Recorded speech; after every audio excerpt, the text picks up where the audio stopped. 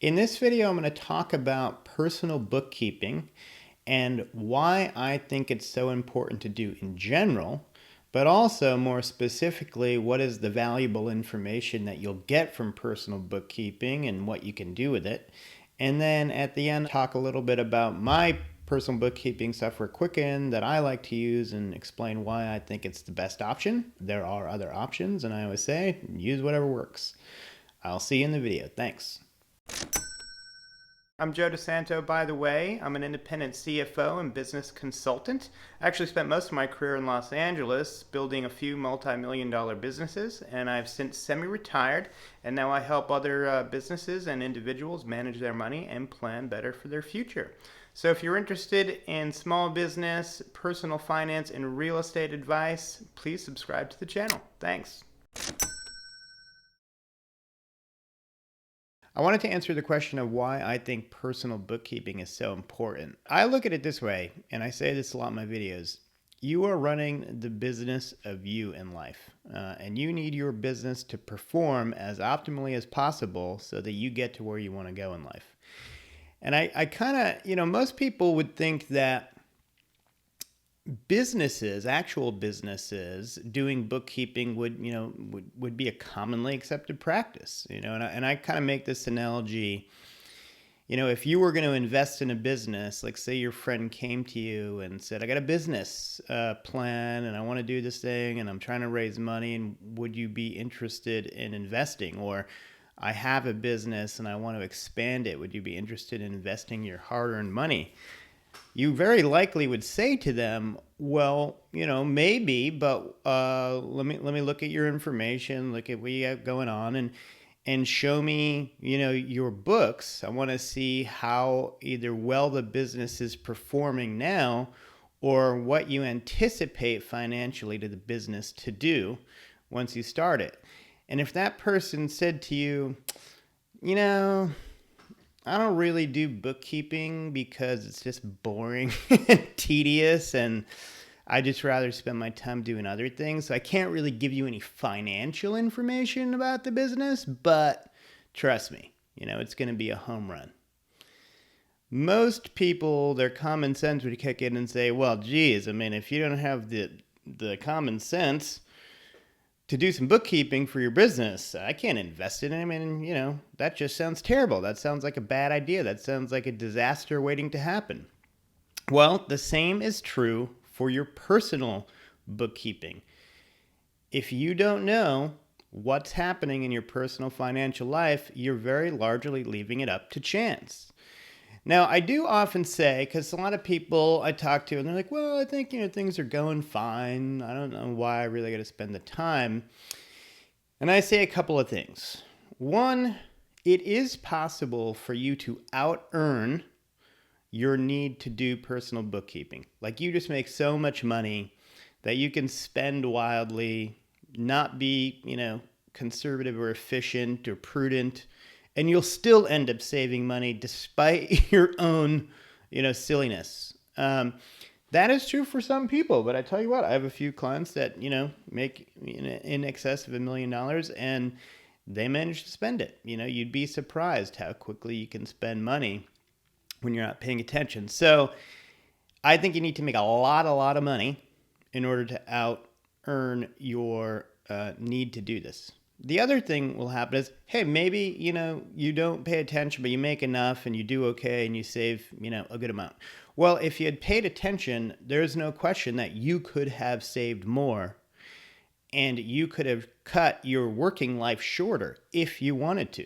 I look at it this way. Every bit of money that you could have saved that you don't, you're just tacking more work onto the end of your life. So to me, that's a valuable motivator to be as prudent as possible. And frankly, I'm not even that frugal myself, but I want to spend money on things that I think are worth it, that I get a lot out of, and if there's things that are kind of wasteful, I just don't care about it, I cut those things. So this is why I think, personal bookkeeping is so important. And for those of you, most of us who make young people $30,000, $40,000, $50,000 up to a couple $100,000, you really need to manage your money well and squeeze the most savings out of the money you make. Like, you have to do that very deliberately.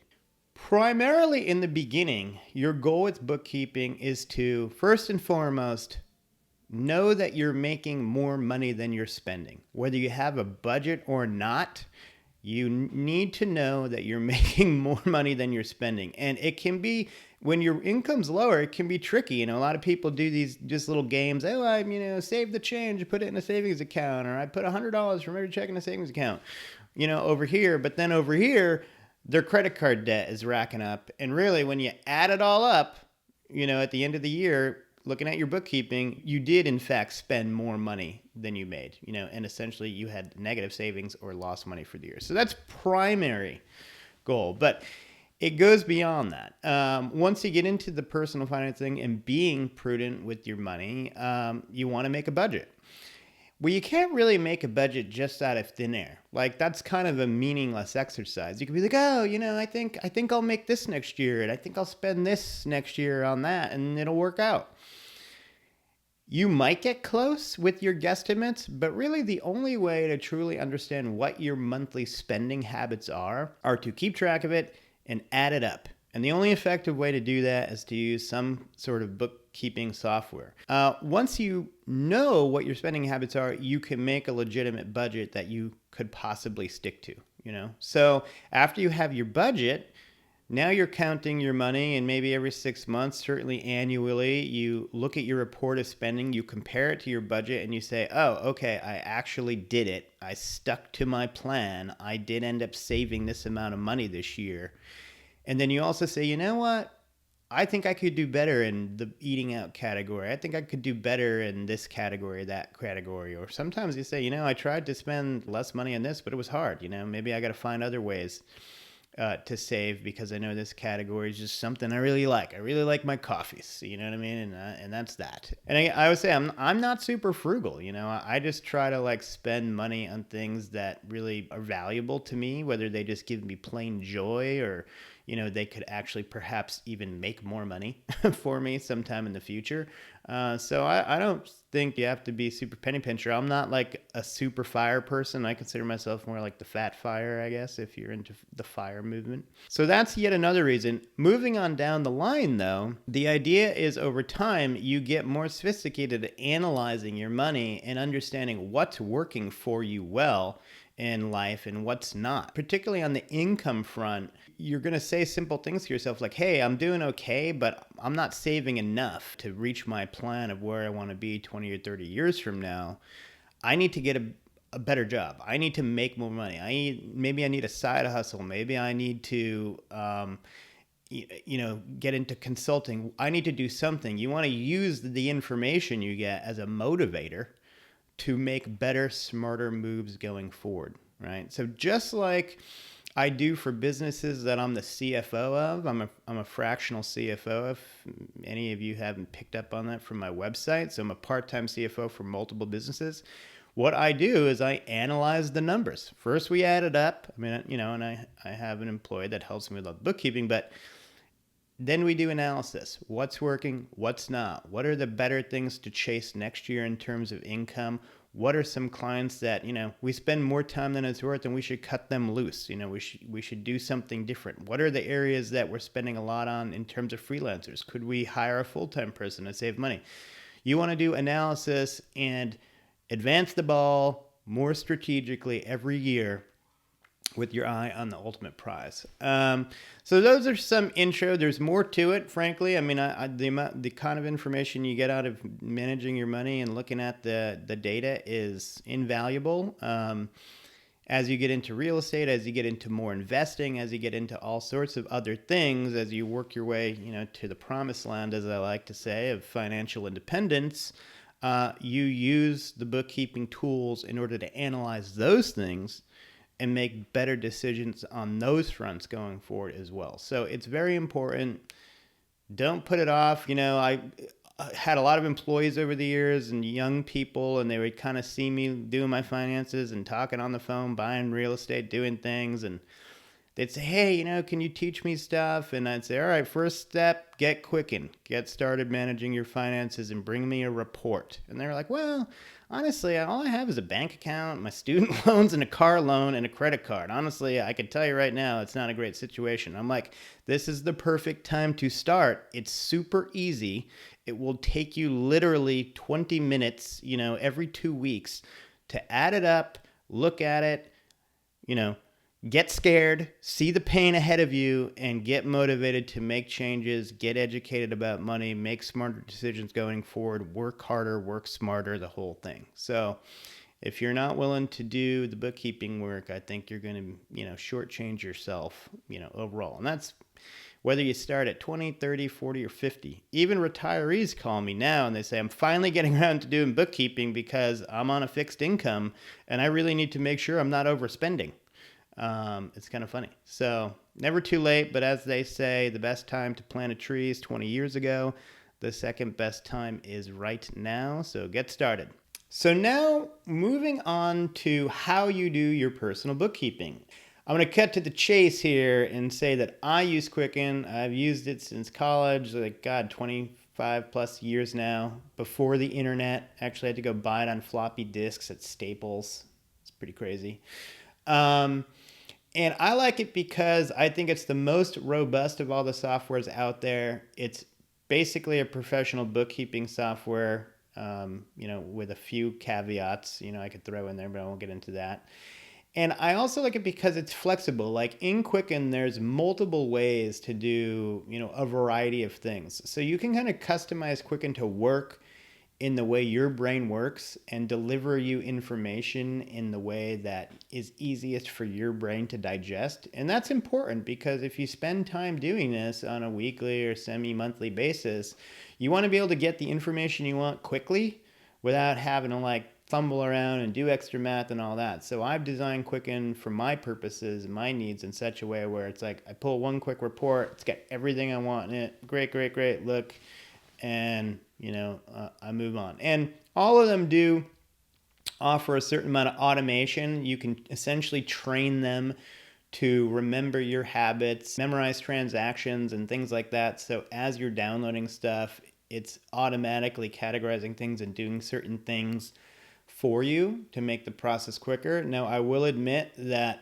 that's mostly good, sometimes bad, sometimes it does the wrong thing. So you have to train these programs a little bit to do the right thing, more often, but over time you can train them pretty well, and it really does cut out the time that you have to spend doing this work. Quicken also is something that you can grow into, in my opinion. If you're young, you're starting this when you're young, hopefully in your 20s, you probably don't have much going on. You might have a student loan, a car, checking account, and probably you're in debt, or have very little money, and you're kind of like, why do I have to do this? But that's the time to start because it's really easy. It would take you 20 minutes, twice a month just to add it up and take a look and use the sad information that it gleans to you as motivation to get your butt in gear, make more money, understand investing, and so on. But as you grow older and you start adding more investing to your portfolio, or your money situation, I guess I should say, maybe you add real estate, maybe you add other alternative investments, you can find a way to track all of that in Quicken. So Quicken kind of expands with you over time. And then if, say, you decide to start a side hustle, or turn your job into a consulting thing, or start a business, if you're going to do a business where you're the sole owner, and I say that specifically for a reason I'll go into in some other video, but if you're the sole owner of the business, you can track the business in Quicken along with your personal finances. You can even be able to do invoicing and track accounts payable and accounts receivable in Quicken, which you can't do in any of these other programs. Quicken's always proved to be valuable for me. They're probably the one software that's been around this whole time. When I started, there was pretty much Quicken, Microsoft Money, and Mint. Microsoft Money is gone. Mint, the brand, got bought by Intuit and became their personal finance software. They recently actually closed Mint down, and they're making it Credit Karma. personal capital, which was big for a while because all influencers and YouTubers are all pumping it because it paid a pretty good commission, myself included, admittedly. I tried the product and I thought for a free product it was good. But their goal is to sign you up for wealth management eventually. And they closed the product down for a little while. Now they're called Empower and they started it up again. But anyway, Quicken's been there the whole time. So I think it's got the best chance of staying there. And you kind of do invest in it because you get started, you start to build some financial data history, and you want to be able to look at it over time. How am I doing? Where was I 5 years ago? Where am I today? Am I on my plan? Am I going the right way? Is the trajectory looking good? Is the business of me killing it or failing? Essentially is what main question you're trying to answer. So anyway, you get the picture. I encourage everybody out there to get in tune with their money, manage their money using a bit of software of some kind, and give yourself the best chance of success as possible in life. All right, catch you in another video. Signing off. Bye.